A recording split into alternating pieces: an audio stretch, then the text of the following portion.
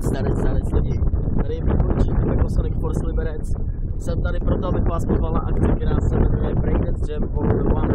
Proběhne 2. prosince od 8 hodin v Jabloneckém board klubu Apple. Jablonec určitě všichni dobře znáte.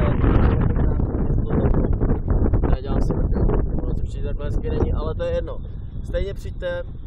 Je to produkce Planet Apex, můj skvělý brácha z Pekosonic.